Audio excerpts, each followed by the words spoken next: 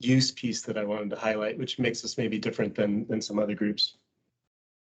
Currently, we have landscape resilience programs. Like our Intimum Forest project is kind of the longest term one, and I'll talk about that. But we have some others in development. And then we also do community education programs, like we do an annual fungus foray event, and we have a publication called Tree Rings that comes out occasionally for the community. I'm just going to talk mostly today about 3 projects. The Intimum Forest project, which is close to 2,000 acres up on the San Juan Ridge. This is a complete, this project is completely on BLM land, and that partnership again goes back to 1990 when the YWI signed some of the first cooperative agreements with the BLM to help manage these parcels. And they were some of the first examples of community-led forest management on federal land in the country. So they're kind of groundbreaking at the time. Now it's kind of a standard model for a lot of agencies. But I'm also going to talk about the Round Mountain project, which is just across the South Yuba Canyon on the other side. That one's about 1,200 acres. And I'm also going to talk about the Little Deer Creek project, which is just down to the southeast of Nevada City. And those 2 projects are kind of in planning development stage. But first, Intimum Forest Restoration, it's 35+ year collaboration with the BLM. We've gotten over $3 million in grants in recent years. Most recently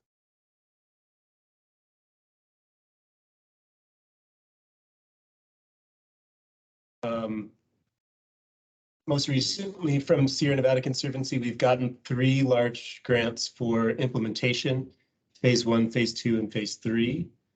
Phase 1 and phase 2 are complete, and we are beginning phase 3 right now. So the goals of the project, we don't need to talk in depth about this, but we generally are trying to improve the resilience of the landscape to disturbances like fire and drought and climate change, beetles.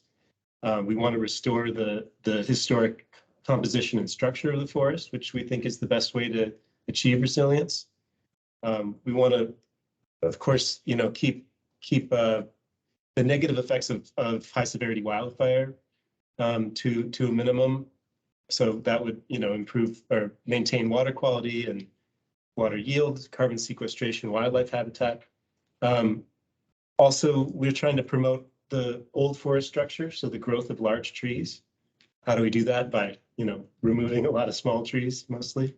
And we want to reintroduce prescribed fire, protect and improve wildlife habitat connectivity, and this last one should probably be higher on the list, but improving safety for local residents and reducing fuel loading. I just wanted to show this chart of the different types of treatments. So far, we've done 642 acres of treatment, but it's, and then BLM has done an additional 348 acres, roughly. Some of those treatments overlapped, so all told, those treatments took place on about 850 acres out of that total 2,000 acres that we're managing up there. Most of it was cutting and shipping, but we've also done some mastication, some hand cut and pile treatments. And the reason why we haven't done much burning is we've only done about 50 acres of burning so far, and it's mostly pile burning. Is the BLM staff capacity is pretty low, so we have had staff who are available to do pile burning, but a lot of times we don't have staff available to do pile burning, and those piles need to be burned by BLM. So we can't really, we can only help so much with our grant funding. So we've left a lot of fuel on the ground out there because most of what we've done is just chipping and getting and masticating and getting that fuel rearranged and on the ground, but haven't gotten as much burning as we'd like. Just have some photos here.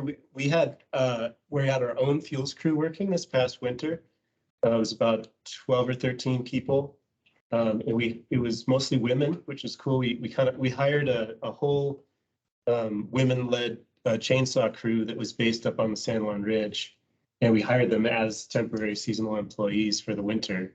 And we can see them here making piles. They were doing some burning because we were able to pull material onto private land and make some burn piles at the Ananda meditation retreat. And here they are working with a track chipper that we hired from the Placer Resource Conservation District. So that was a good partnership, getting the track chipper from another organization and having our own crew feeding it. And this last picture is just showing you they made windrows out of the material by hand cutting, and then they came through with the track chipper and just kind of chipped along the windrows. So this is a map showing the different phases. Phase 1 is in green. A lot of it was around roadways and improving ingress and egress, although there was this large BLM hand cut and pile treatment on 2 of the parcels. Phase 2, we started to spread away from the roadways, mostly in this area that we call the big parcel along Jackass Flats Road, but also on these 2 parcels off the Sumi Road. These are kind of larger landscape level treatments. And then phase 3, it says proposed on here, but it's funded, and that's what we're going to be starting to work on this winter. And phase 3 is interesting because we actually have the opportunity now to get in and not just do understory treatments, but with phase 3, we're gonna do a timber harvest in conjunction with BLM. It's at least going to be at least 80 acres, but the BLM forester we're working with wants it to be much larger than that. So not only are we going to be reducing understory fuels, but we're also going to be coming in and breaking up the canopy in a lot of these areas that are shown in pink. These are some large plantations that were planted by BLM back in the 1960s, and the trees never really got big, and they're super crowded and overgrown. And so some of that material can get sent to the sawmill, but whatever doesn't get sent to the sawmill will go to biomass. So I'm excited about phase 3. Just some more detail on phase 3 treatments.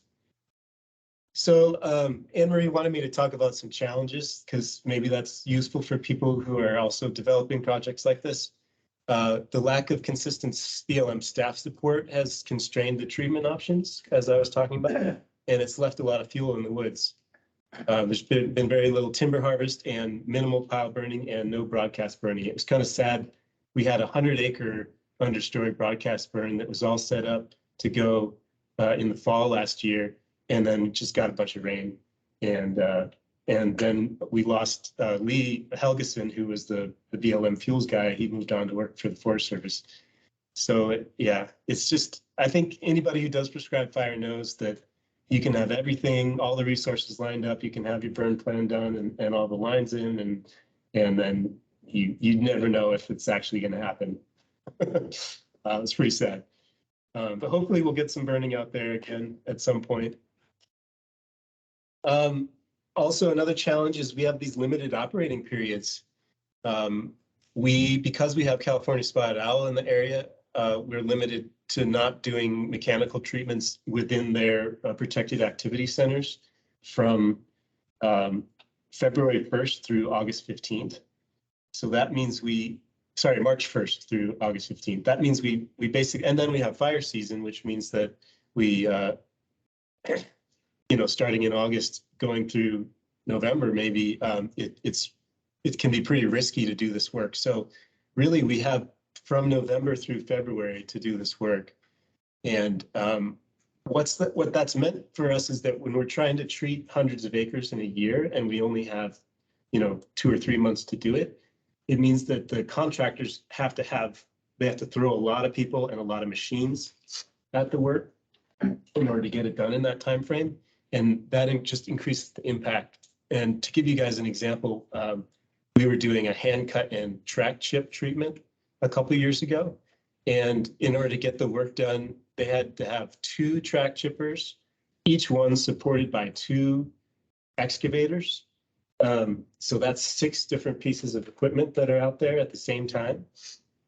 And they're all tracking over the same area. and then they had to follow it up with a masticator to clean it up after they were done. And so if you can imagine all the different tracks that are out there in the woods, and we try not to operate when the soil's wet, but you are going to get soil disturbance, and it's really hard to leave. Like we want to leave residual trees, like small trees. We don't want to take out like an understory clear cut, but it's really hard to actually leave small trees in the woods when you have so many machines backing up and people backing into the trees that you flagged and running over them. And so I just wanted to highlight that constraining the work to just a couple months in the wintertime can actually increase the ecological impact from my perspective. And it can also increase the cost, because if we want to go into the spring in areas where there aren't spotted owls, then we need to have a biologist out there flagging bird nests, and that can get pretty expensive.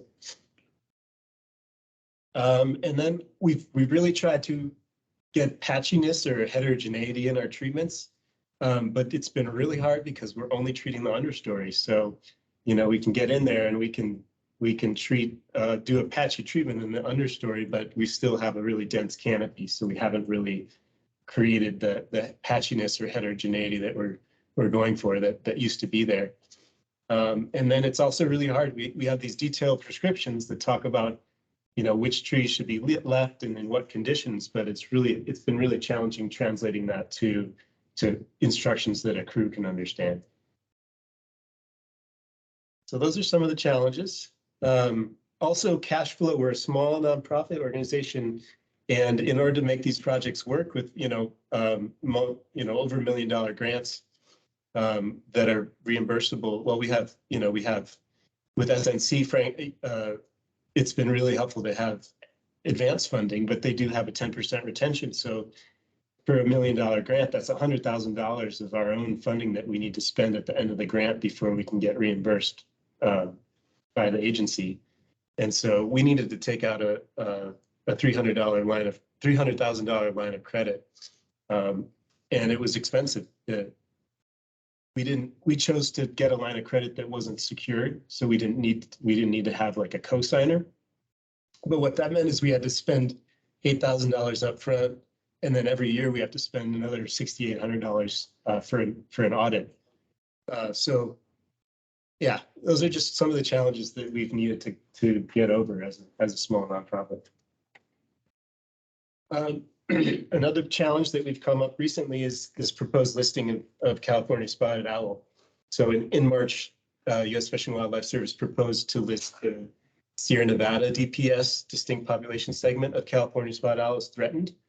And what this has meant for us is that for our BLM projects, BLM has a policy of conferencing with U.S. Fish and Wildlife Service.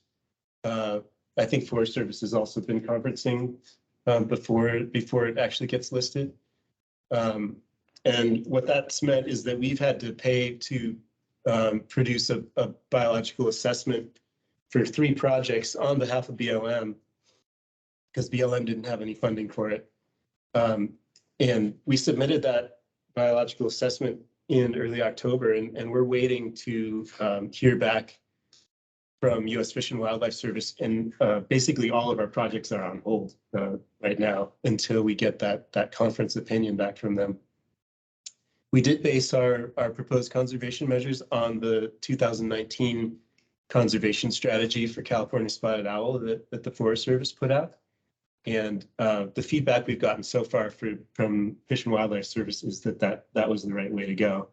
But we're still waiting to hear back whether they agree with our proposed measures or whether we're going to have to do something else. So yeah, all of our projects are on hold right now. So that was kind of an unexpected hurdle that we've had to go through. And we did have to spend some of our own money on that. We didn't have grant funding for that piece. So we had to dig into our coffers. I'm going to move on a little bit to the Little Deer Creek project. This is a map that I put together for one of our grants that shows just a bunch of other projects in the area. So you can see how some of our projects relate to some of the projects that other groups are doing. I talked about the Round Mountain project, which is up here. This is the YWI project north of Nevada City. But just to the west is this is project that Kipchoge is part of. This is the Hoyt-Purdon project. Kipchoge will talk more about this later. And this project, at least the grant-funded portion, is being sponsored by American Rivers. And then over here, some NID treatments around Scotts Flat Reservoir. This orange project right here is what Kate Gazzo at the Land Trust was talking about, their Deer Creek Park project. And just next to the Deer Creek Park project is our little Deer Creek project.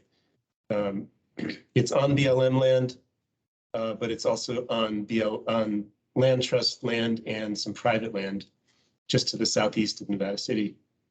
These blue areas are just the downtowns of the incorporated areas of Nevada City and Grass Valley. And then I just wanted to highlight a couple other projects over here.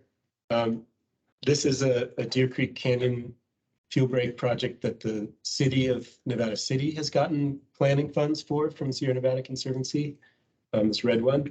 And then these pink polygons over here are all the areas where the Fire Safe Council is planning fuel reduction projects in the Deer Creek Canyon and Newtown Road areas. So I just think it's cool seeing this is by no means all the projects that are happening in this area, but there's a lot of work happening, and there's a lot of synergies between these projects. But I'm going to talk about Little Deer Creek. It's a 195-acre fuel reduction project, half-mile to the south of Nevada City. It's 147 acres of BLM and 48 acres private. And those private lands the two parcels, they both have conservation easements on them. We got a Sierra Nevada Conservancy planning grant that started in 2020, and it just wrapped up this past March. And that paid for some surveys and reports. We worked with the Sierra Streams Institute to create a management plan for the area. We've drafted the NEPA, which is the environmental compliance, and so BLM has that draft. And I wanted to talk a little bit about the CEQA strategy for private lands, because I thought maybe some of you guys would be interested in how we've chosen to go with that. We've chosen to use a notice of exemption, and we're hoping that whoever funds the project will be the CEQA lead. And we decided to go with the NOE route because it's a small project. It's only 48 acres of private lands. And so the other options for CEQA, like the Cal VTP program or doing a full like EIR, didn't really seem to be worth it for such a small project. And so with the NOE, basically we basically have to have a robust list of resource protection measures to justify why that project is exempt from CEQA. And we worked with the forester to pull those resource protection measures out of the Cal VTP program and also from the California Forest Practice Rules. They're substantially the same, and those are kind of the best practices for how to avoid impacts that we could find. And so yeah, if anybody has questions about that, I can take questions at the end of the presentation. We've come up with some detailed plans for what we're going to do within the project footprint at Little Deer Creek. It's a mix of mostly mastication, but in some areas that are too steep for the masticator to go, we're going to be doing hand work, doing hand cutting and piling. In some areas, on private lands, we can actually burn some of those piles. The Land Trust has already been working with CAL FIRE and the California National Guard crew on this parcel here, which is the Woodpecker Preserve. So with the grant funding, if we get implementation funding, we can kind of just do follow-up treatments in that area. And then I just wanted to highlight, there's a lot of roads and trails, and there's a lot going on in these parcels. Like this whole area right here is an archery range that's operated by the Nevada County Sportsman's Club. And so that's going to be only handwork. They didn't want machines going and tearing up their trails and the targets in the archery range. But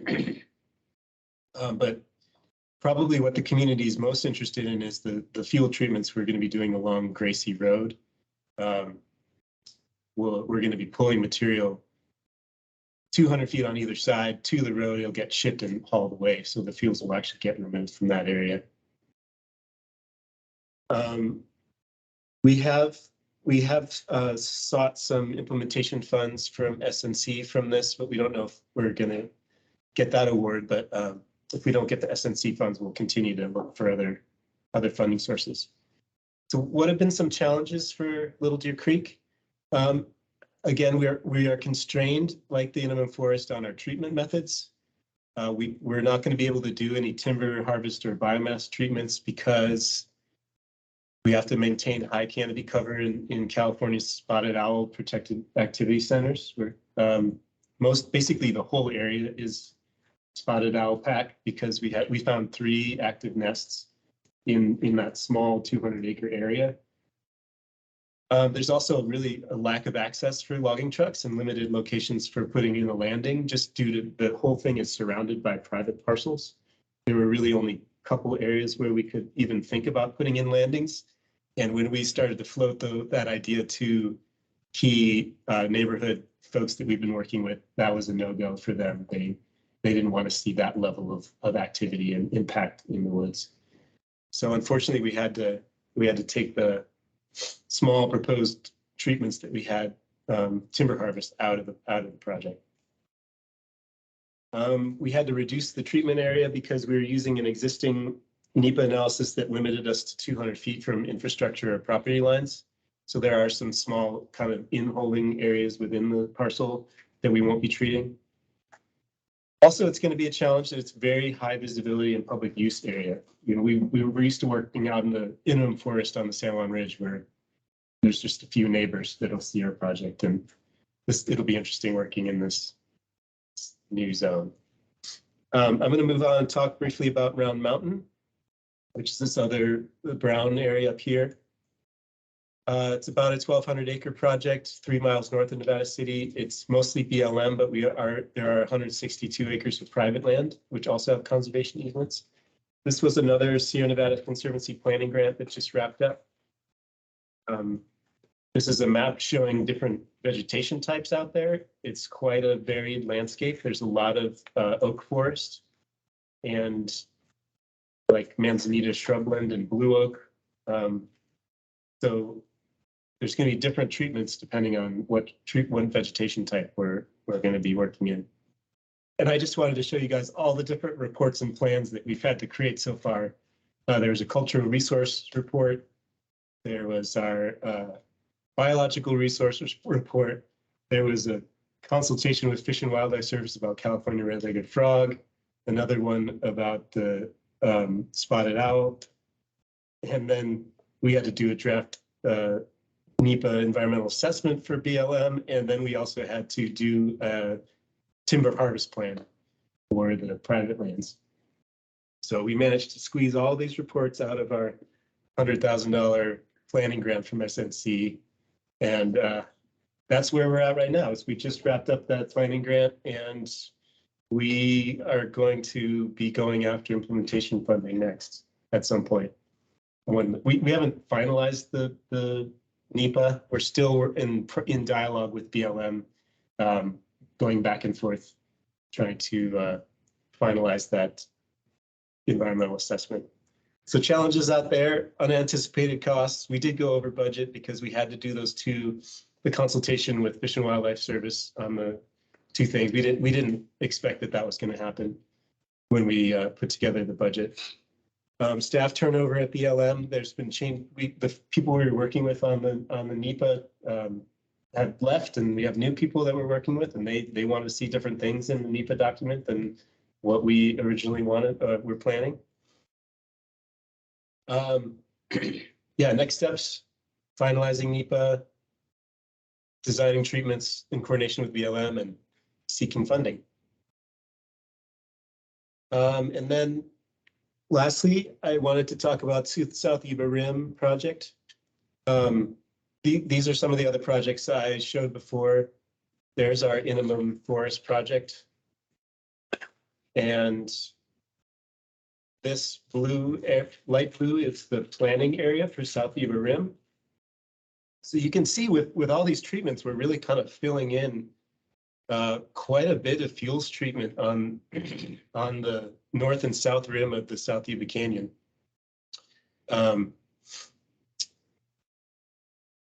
Alex talked about how funding has been secured for the planning and the planning for this large, this is a 6,000 acre planning area.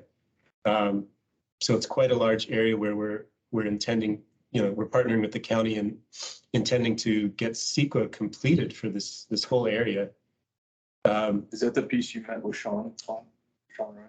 No, this is the piece that Sean was talking about is basically the Montezuma fuel break is just a small fuel break within this section that has completed CEQA. That's a notice of exemption.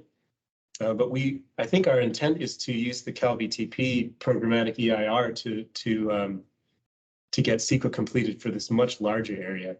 And that includes this area here, which is the Bunker Hill potential VMP area for CAL FIRE, plus a new one over here in French Corral, and an expansion of the Montezuma Ridge fuel break to make it a much larger kind of landscape level project. And then some new areas over here, including along North Bloomfield Road, going all the way up to Malcop Diggins. So yeah, we're just at the beginning stages of this partnership with the county. And Alex and I had just our first meeting yesterday to talk about what that might look like. But what I wanted to highlight for you guys, in addition to this, is that I've started to work with the BLM to look at all these other parcels. This is all BLM land that is within or adjacent to the South Yuba Rim fuel break, and BLM wants to get NEPA done on all of these parcels as well. So a lot of work is potentially going to happen in this area over the next 5-10 years, and it's pretty exciting. That's awesome. So the gap there between your two lighter green ones off of 49 is where Rita Ranch, our Rita Ranch VMP project is. Yeah. And right now on your northeast end of that, State Parks is starting to work on the Malkoff project. Yeah. So those all. Yeah, maybe for a future presentation, I can show those missing pieces as well. Also talking with Guy, which has land further towards Relief Hill from Malkoff. An interest there, potentially trying to tie in as well. Yeah. Yeah, so with that, that's the end of my presentation. But yeah, if anybody has any questions, I'm available for, I don't know what time it is, but. Oh, don't worry about the time. We're all good.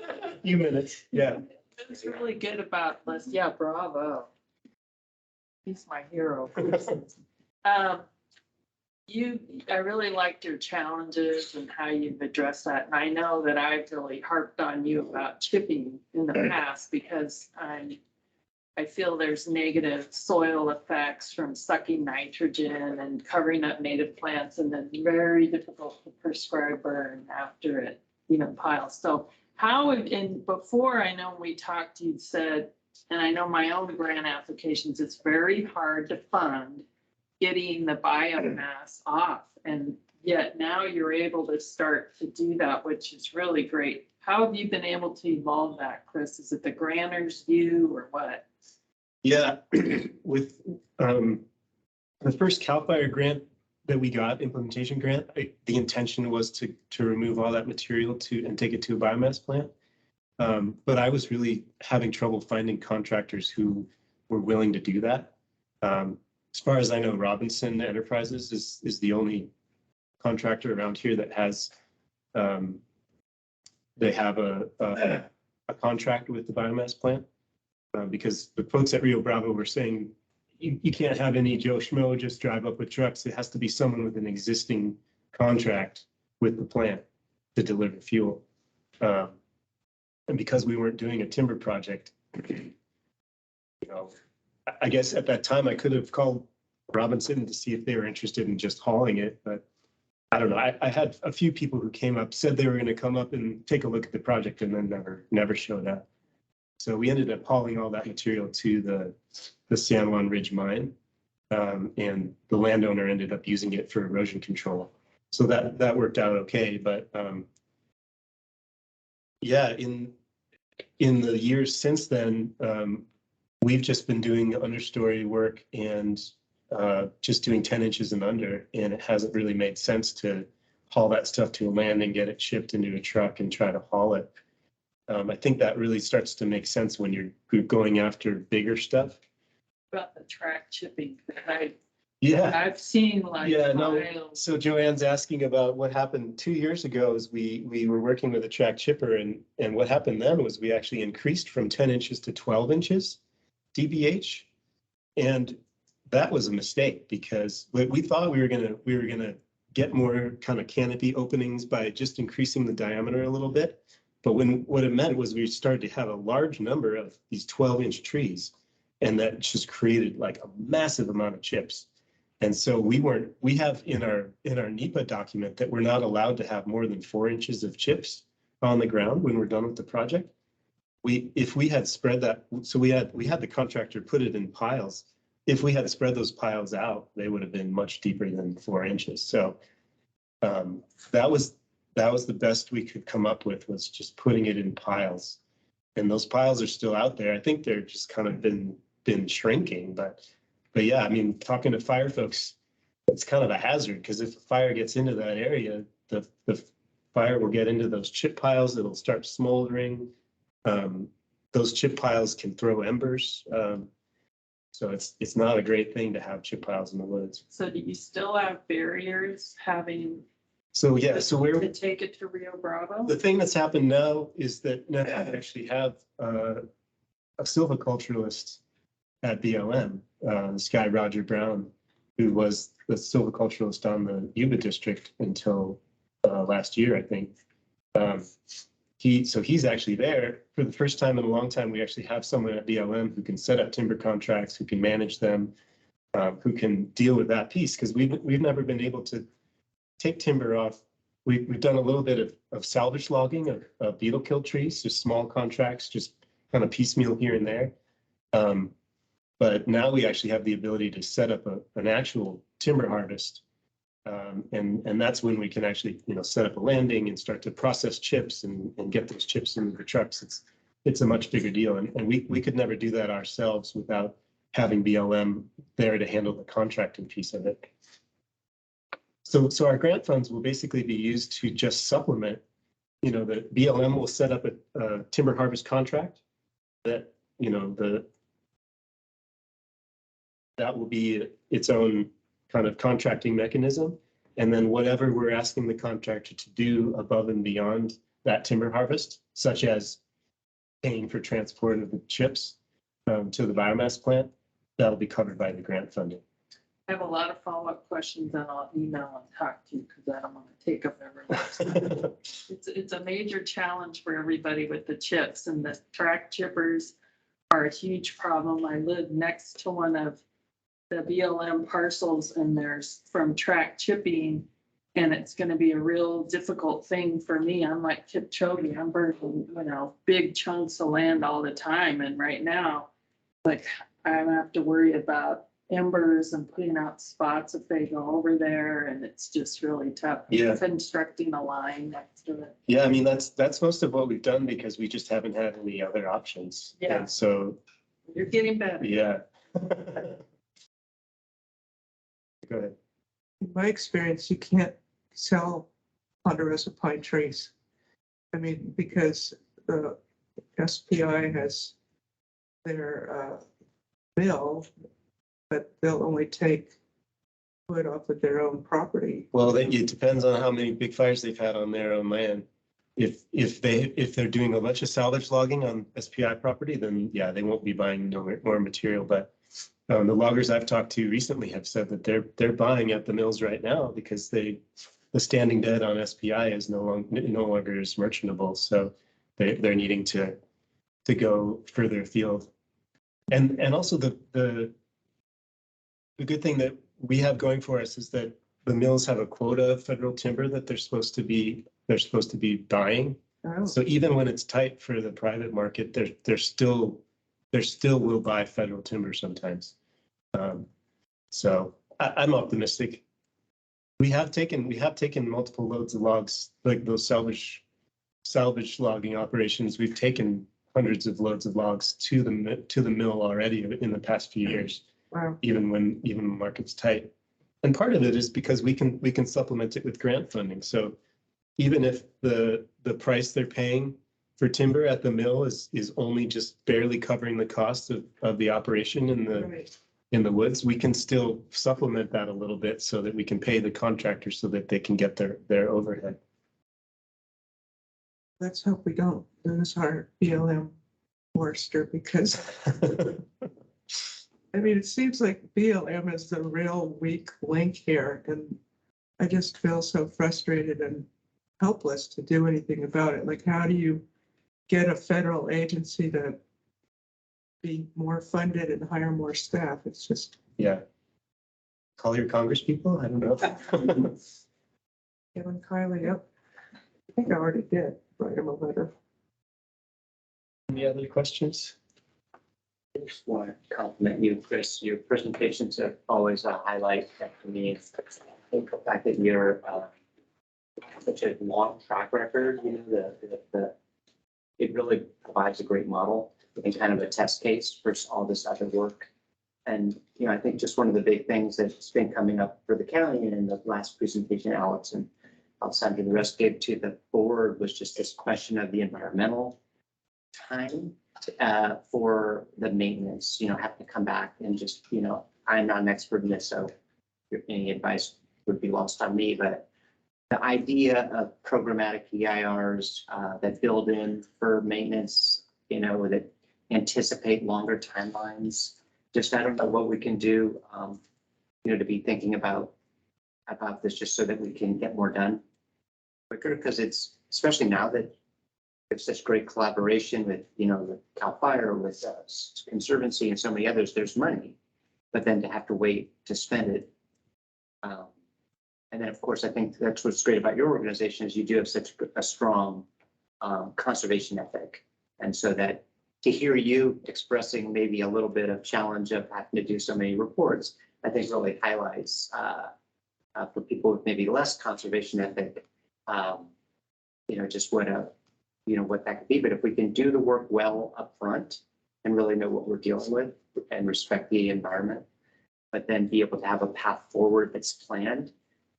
You know, again, I don't have expertise in how we get there, but I think we're really interested in learning as a county how we can support that so that we can be on a longer timeline for this work that can be smart and expedited. Yeah, I think you guys are on the right track with these big fuel break projects that you guys are working on. I'm excited to learn more about the CalVTP programmatic EIR through working on the South Yuba Rim project. I think the notice of exemption is also a good way to go. I think that's the way that Sierra Streams and the county have gone with the WCD project was using a notice of exemption. Yeah. Yeah. So yeah, together we'll figure it out. But I think we have a lot of good places and pieces in line for us all to create a lot of collective wisdom and understanding experience about how to get these things done efficiently and effectively.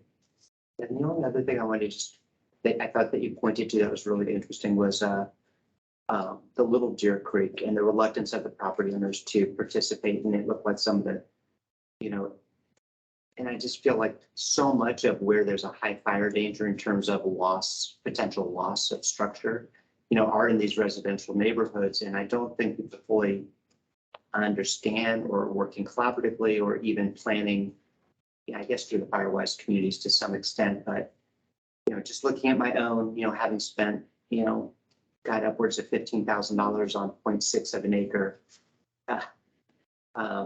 And then being surrounded on four sides by, you know, basically impenetrable canopy. Yeah. it's sort of like, it just feels foolhardy, but I think, how can we do more education in neighborhoods so that you have more peer pressure and buy-in, combination of buy-in and peer pressure to do the work, so it actually is sort of a goal. Yeah. Yeah, I want to be clear that we've gotten a lot of support from that Firewise community. The Friends of Banner Mountain has been instrumental in getting this project off the ground. They helped us organize a public meeting. Landon was there, but there was like 60 people who showed up from the neighbors, and they were all supportive, pretty much, and even gave us permission to access the project through their property, and we're pushing for more machine work instead of hand work. It was really just the timber harvest component that was the sticking point for people when they started to wrap their heads around the temporary skid roads that would have to be put in, and the 1 to 2 acre landings that would have to be constructed. It's just, I actually agree with them upon reflection that it just was not an appropriate place for a timber harvest. Helicopters. Yeah, maybe. 5 times a grant. Okay, thanks, everybody. Yeah, thank you so much, Chris. That was really great. So now it's 11:18 right now. We're going to take a 5-minute bio break for people to go to the bathroom. We have some bagels in the back if anyone's feeling a little hungry. And we'll meet back here at 11:23, so just 5 minutes. And we're going to, I know the agenda says we're going to finish at 11:30. I would expect to finish around noon, just so everyone's aware, so that we can have enough time for Kipchoge to talk and present his work. So on that note, I'm going to kind of mute the presentation and have everyone take a break.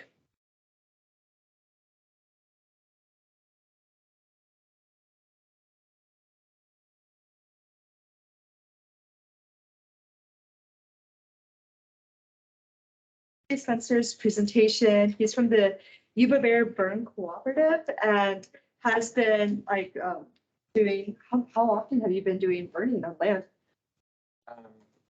We've been doing a few burns per year starting. This is our 3rd year. 3rd year? That's great. And he's going to give us a presentation on what it is like to be doing these burns and what considerations are taken in by the crews as they're doing these burns. So take it from here. Thank you so much. I'm gonna probably go pretty fast because I have a lot of slides and not too much time. I think I'll be able to time for questions at the end. Just a little bit about the land. It's in the wildland urban interface here in between Nevada City and the river. And it's got all exposures and a lot of different tree types, vegetation types, hasn't burned that we know of in the last 100 years. And it's owned by me and a whole bunch of other people, and there's 15 people living on the land, which is important in the context of this conversation, I think, because really many people on a piece of land allows us to take better care of it than it would if it was just me.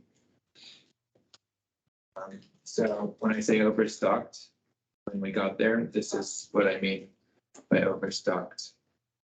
It's kind of the typical of what it looked like. You couldn't see more than 10 feet into the brush.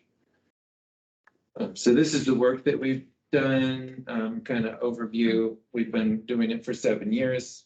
Most of the money has come from, all the money has come from NRCS. We've done about 20% of the work ourselves. We've done about 180 acres so far of thinning, piling, and burning, and 80 acres of prescribed fire. We're also in progress with the Sierra Nevada Conservancy grant for 800 acres that is our land and our neighbor's land. And that started in 2015 and is still the work hasn't begun, which is just to say that the funding that comes directly from NRCS in a regular program is a lot quicker to happen than a bigger project with a special in a special circumstance. And it's cost right around $2,400 an acre, which I think is significant in terms of how little it is for what we've been able to do. And I'm going to get back to that point in a bit. So this is what it looks like after thinning and limbing and piling and burning, but not broadcast burning. This is another picture of the same thing, a lot of litter. This is that same kind of scenario, but after broadcast burning.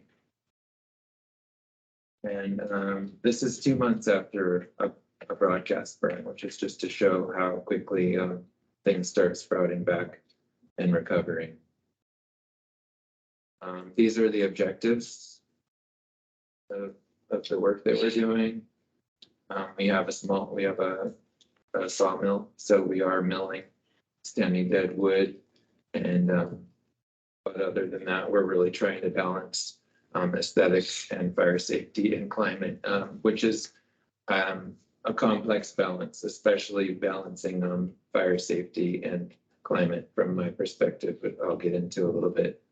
These are our practices. We haven't done any mechanical treatment, and anything less than 4 inches in diameter, we pretty much leave it on the ground and we organize it, arrange it on contour or put it into drainages to make beaver dam analogs. We're trying to conserve the old growth manzanita. We have 12 to 20 inch stem manzanita that we're trying to not kill. We have electric tools, electric bikes, cargo bikes that we're getting around on. I'll show a picture of one. We're using reused veggie oil, and all that just to say that we're trying to do all the work as ecologically as possible. And by the precautionary principle, what I mainly mean is don't cut down things that you later wish you hadn't cut down.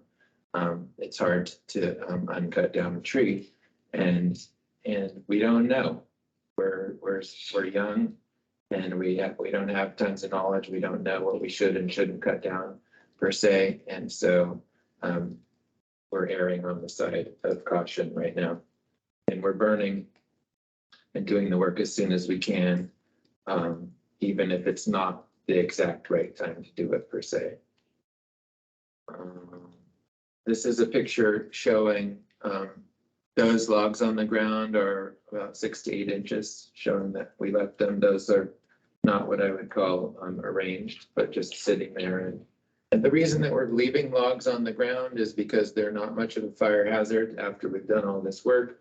And the alternative is sending them on a truck somewhere, which is hard on steep terrain, even if I wanted to, which I don't. And also, or burning them, which is just sending the carbon right into the air now, which is contrary to our climate objectives. So we're trying to minimize as much burning as much of the biomass as possible, which is obviously complicated. This is an example of arranged fuel where we put it on the contour to help slow down runoff. So this was right after burning, but after a year, that starts to accumulate leaf matter, and it does definitely, at on the scale that we're doing it, it does definitely slow down erosion. There's a little burn. This was from last year, and now we have our kids come out and help.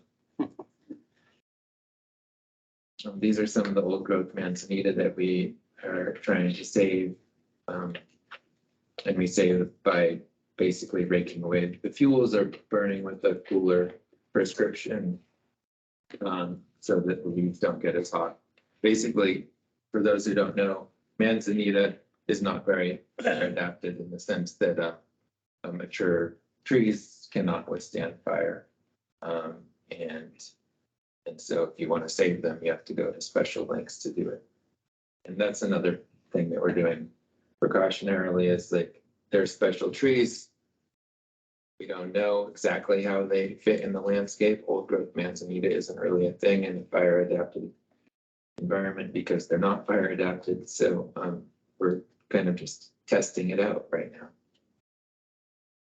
This person is putting out the base of an oak so that the oak survives. We're trying to basically have minimal mortality of live trees in the units that we're burning. Again, to not disturb more than we think we should, and also to keep the canopy so that there's more photosynthesis going on. This is an example of an area that it was a test to see if we could just burn without basically cut, leave everything there and then burn and see what happened afterwards and how much was left over. We're pretty unsatisfied with the results and won't be doing this again pretty much. So when we're cutting, we'll be piling and burning, or either burning the piles at the same time or at a different time that we do the prescribed fire, depending on all the different conditions. This is just to show that we burned right up to our landscaping. We didn't, we basically had someone there to like spray off things, or we raked around them. And we did that around other areas of the house too. This is a wildlife zone that we left in our thinning treatment and then burned through, basically expecting some mortality, but not complete mortality. And again, this is a situation where it feels like what we left will not be a significant fire hazard, and it will provide some wildlife sanctuary and heterogeneity in the landscape. This is another area that we left for wildlife, and we burned through, and the mature madrone did fine. Some of the smaller ones were killed.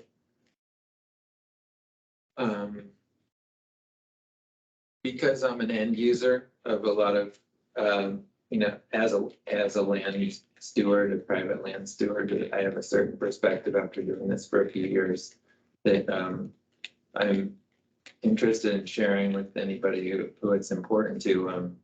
The CAL FIRE grant process for private landowners, and caveat that I haven't looked into it in the last couple of years, but when I did, it's really lacking in comparison with the NRCS grant process. It's a lot more red tape. Its reimbursement mechanism, although it looks better on paper, is actually not as good as NRCS's, so it's much more costly for the landowner. In most cases, last time I checked, they prohibited self-work, and they didn't have a forester on staff, whereas NRCS does. And so CAL FIRE requires that you get a forest management plan done by a registered professional forester, which NRCS doesn't. So it's just a lot more burdensome, and therefore is happening at a way smaller scale than what it's paid for by the NRCS. It would be nice to have some more resources for biochar creation at medium and large scale in the area that could be borrowed. It would be great to have more publicity about these grants that are available, because basically anytime I tell about what we're doing, they didn't know before I told them. There's just very little knowledge out there in the community about the grants that are available. I think if you could think of it in a similar sense, if we could get it to be like solar, where there's solar providers who are proactively seeking out homeowners and saying, hey, this is going to be a good deal for you, and we'll facilitate the process. If there were contractors out in the field who were contracting homeowners, landowners, and in that a similar kind of way, it would make a lot of sense. As I said before, the bigger project that we're working on, the Whitebird and Fuel Break, it's when I first talked to the CAL FIRE battalion chief about it in 2015, he said, it's a great project and be patient because it's going to take a long time. And we're 8 years in, we've done 180 acres of work already with the NRCS project, and 0 work has been done with the Whitebird project. And it's just for many of the reasons that Chris Friedel mentioned, it's just there are so many more complicated steps. I mean, we don't have to do CEQA to do what we've been doing, but we do for this other project. And so I think that there should be incentives for more handwork and to minimize mastication and chipping, which just seem like it's not the right tool for most landscapes, in my opinion. And at the price that we've been able to do it, there isn't a good argument for it on a cost basis in most cases, I don't think either. We've learned a lot by trial and error. It would be nice if there were better ways for people to learn from each other in the community and in the communities at large about best practices. There's so much that goes into figuring out which trees to cut, which things to not cut, why to cut them, when to burn, etc. There's just a lot of knowledge that's involved in doing this work, and it would be great if there are better ways to share it. And I think I'm not sure, but I bet if you look at the numbers at how cheaply we were able to get this work done, I think if you compared it to the work that happens through a public agency, going through a nonprofit, through a special project, getting a grant, like when you add all that together, the price per acre is going to be a lot higher, I think, than what it's costing us. And so if we could make it even more enticing for private landowners to do this work by paying a little bit more on the reimbursement, I think it would make sense. I think that there should be an X prize for forestry, because I think that there's this big problem that we're not tackling, which is how we achieve our climate goals at the same time that we're achieving our forest health and fire goals, because really there's all this biomass that is in our overstock forests. We need to get rid of it for this health of the forest and for fire safety. But what we're doing with it right now is putting it into the atmosphere. It's just the exact wrong thing to do with it. And we need to either sequester it in the ground or in our built environment. And we don't have like amazing technologies for doing that right now.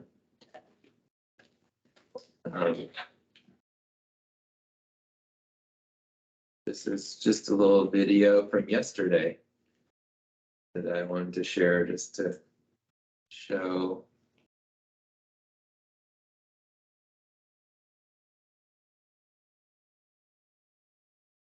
Sorry, it's a little, my friend spraying me. I was waiting for this big snag to fall down. It was held by about 4 inches at the bottom, but it didn't. This is fun. This is Sarah at the end there sent me this photo from the San Juan Ridge of the smoke. And she also sent this screen capture of the plane that Cal Fire sent out to fly around the place. I was pleased to know such a thing existed. I actually have a video of the plane flying over and hoping that it's not going to bomb us. One more video. This is also from yesterday. Sorry for the video jumpiness.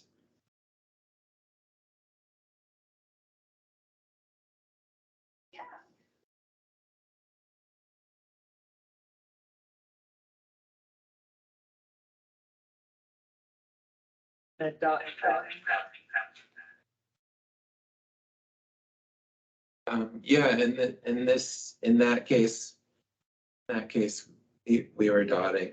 The conditions for burning right now are pretty mixed. We had some really good consumption on some exposures and not so good on others.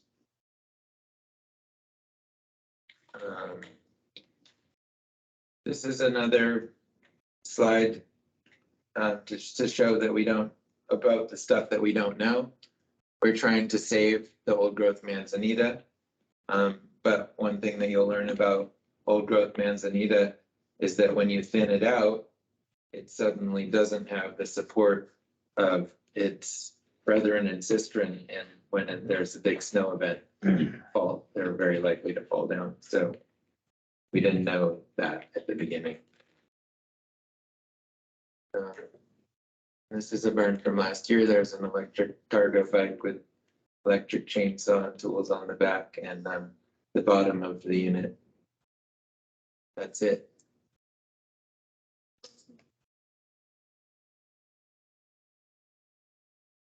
I have a question. Two after you're done. I'm on the Yuba Bear Burn Cooperative email list, and I saw that you put out 2 emails for the 2 different burn days, and I was just wondering what kind of response you got.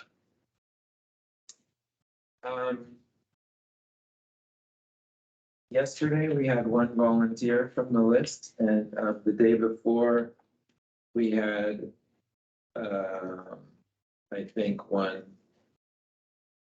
volunteer from the list.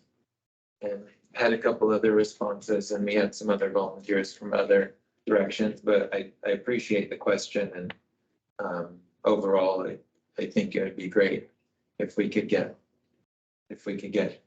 more people helping out and learning how to do it. We're gonna be promoting that at our workshops with the RCD, getting people to here's, sign up and you'll be on the listserv and have opportunities to go out to burns and home. I think it's great what you're doing.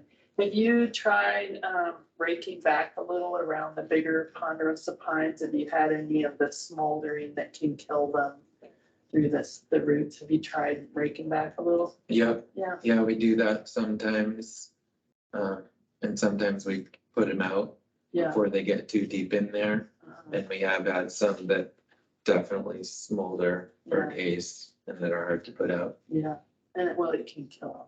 Yeah. Yeah. That's great. Yeah. I totally agree with what you're saying about the grant process, because I looked into the CFIP myself. And they didn't want me to, because I wanted to do more biomass and haul off the chips. It's a very, very dense forest. And they said, well, you can't because you can't get paid for it. And I said, I'll donate the money, I'll donate the chips, even if I'm so fortunate to be able to take it. And we've had great success with Equip ourselves. And this part of the broadcast burning is new. So have you been reimbursed for that yet, or this is, yeah? Just now, yeah, this is the first year. Uh-huh. Yeah. That's great. You talked just briefly at the beginning about other people helping you maybe on this 220 acres. What has been your process for just even getting started and getting people together to work together? Most of the people live there on the land. So yeah, there's a bunch of residents and working on the land as part of the ethic and the principle of being in the village per se. So we're all there, and the part of our mission is to take care of the forest. And it's great because there can be 1 or 2 people on the land who are accumulating the knowledge enough to coordinate the work that happens, and then everybody else is obviously learning. But from my experience so far, there's just a lot to learn and to know. And if every individual or family is trying to learn it and manage it and apply for the grants and do the work themselves, it's just less efficient than having more families in a community doing it together. What did you not like when, instead of the pile burning, you said when you just left the material? What was it about the outcome of that after you burn that you didn't like? The aesthetic. Okay. Yeah, no, I think from a fuels point of view, it's okay. Yeah, but just from the can't stand to look at a bunch of messy brush that's burnt everywhere. It's just annoying. Some of the organizations that I worked with a little bit that are applying, their nonprofits applying for CalBEAR funding, not through CFIP, but through other programs, are trying to find locations for doing different types of trainings. And I wondered if you had any organizations contacting that. at No, all. but I would be happy to talk to anybody. SEPA seems to be something that's more challenging for finding training sites, and I just wondered about this disconnect between private lands and publicly owned lands and training. It seems like there's something there that could. Well, actually, I'm paying attention to what it said, because with the RCDs, that is our mission to help private landowners, and we're so small. We used to have one employee. So, and I'm just a volunteer board member, but we have a prescribed fire training education program we're just starting. We don't have anything for the forestry side. I keep thinking about that, and it might be, good for us to come out and just talk to you more about what is it that you see, because I think you're totally right. Each landowner trying to figure it out and not getting the cumulative knowledge that you've gained or others have gained. Because it doesn't all come from a book or an expert. It comes from people that are doing it. Yeah, and in that sense, like, it's been really nice. The continuity at the NRCS has been critical. I mean, that we've been working with one forester the whole time, and his knowledge has grown as ours has, and he's interfacing with obviously all of the grantees and able to share all the knowledge that he gathers from us and vice versa. And it just feels really critical that there is that kind of continuity when it's possible. Yeah, we're co-located with them, and I should talk to Evan. He is very good. That's an excellent. Yeah. On that note, I think we're gonna have to wrap up like right now because there's another meeting here at noon. So thank you so much for speaking. This is really great. If it's okay with you, I'd like to share your contact info for like other people who may want to get interested in learning more about this. Thank you so much for having me. Yeah, thank you. Yeah. Thank you all who are online. If you have any questions, please send us some more information or questions later on. Yeah, there's